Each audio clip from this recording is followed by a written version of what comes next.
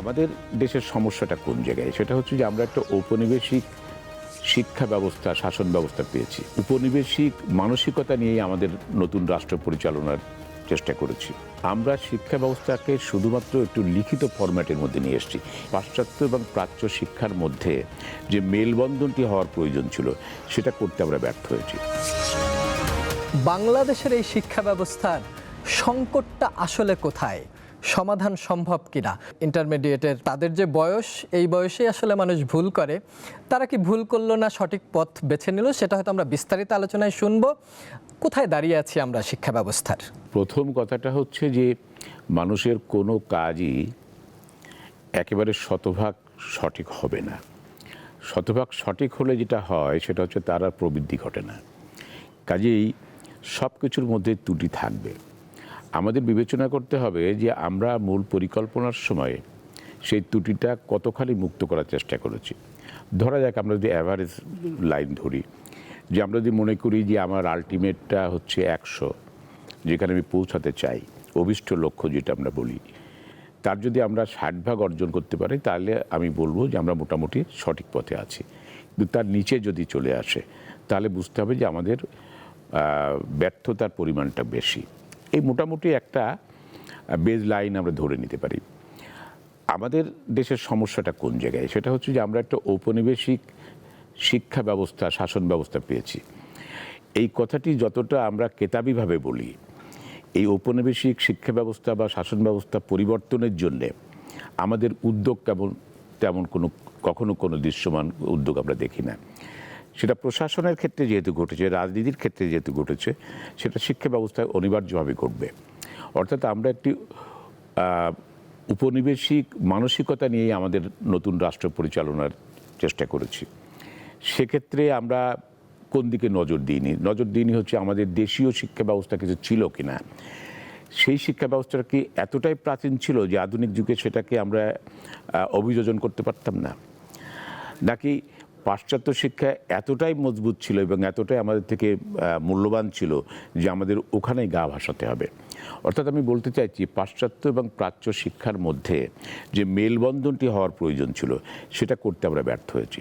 আমরা যদি পার্শ্ববর্তী চীনের কথা ভাবি, চীন কিন্তু পাশ্চাত্যের হাওয়ায় ভেসে যায়নি। তারা যেটি করেছে সেটা হচ্ছে তাদের দেশীয় শিক্ষা ব্যবস্থা, তাদের সংস্কৃতিকে লালন করেছে, তার সঙ্গে পাশ্চাত্যকে তারা গ্রহণ করেছে। একই ঘটনা ঘটেছে রাশিয়াতেও। কিন্তু যেহেতু ভারতবর্ষ দীর্ঘকাল যাবৎ 200 বছরের মতো মানে ঔপনিবেশিক শাসনে ছিল, ব্রিটিশ শাসন ব্যবস্থার মধ্যে ছিল, এবং তাদের যে শিক্ষা ব্যবস্থা, তাদের যে শাসন ব্যবস্থা, শোষণ ব্যবস্থাকে জারি রাখার জন্য তারা যে শিক্ষা ব্যবস্থাটা চালু রেখেছিল, আমরা সেখান থেকে বেরিয়ে আসতে পারিনি। তাহলে আমাদের করণীয় কী ছিল? আমাদের তিনটে দিক দেখার ছিল। প্রথমত আমাদের অতীতের দিকে তাকানো উচিত ছিল। আমাদের কি ছিল, সেখানে কি আমাদের ধারণ করার মতো, অভিযোজন করার মতো কোনো কিছু ছিল কিনা, সেটাকে পরখ করে দেখা।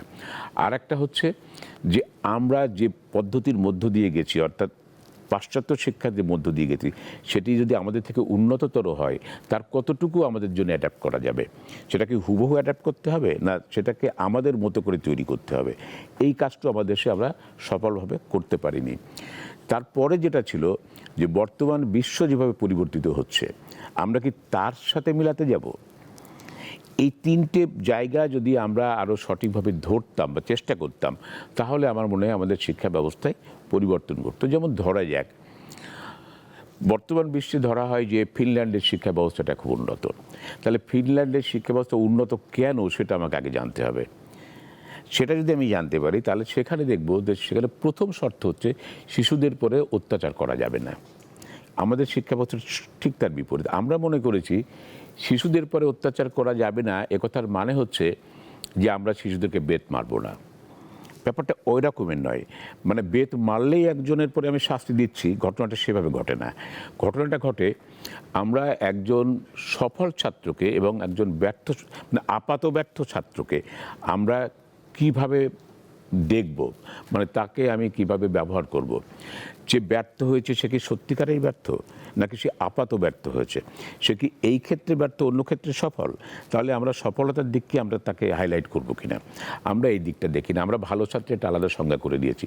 যে ভালো মুখস্থ করতে পারে, যে ভালো মুখস্থ লিখে দিতে পারে, সে ভালো ছাত্র।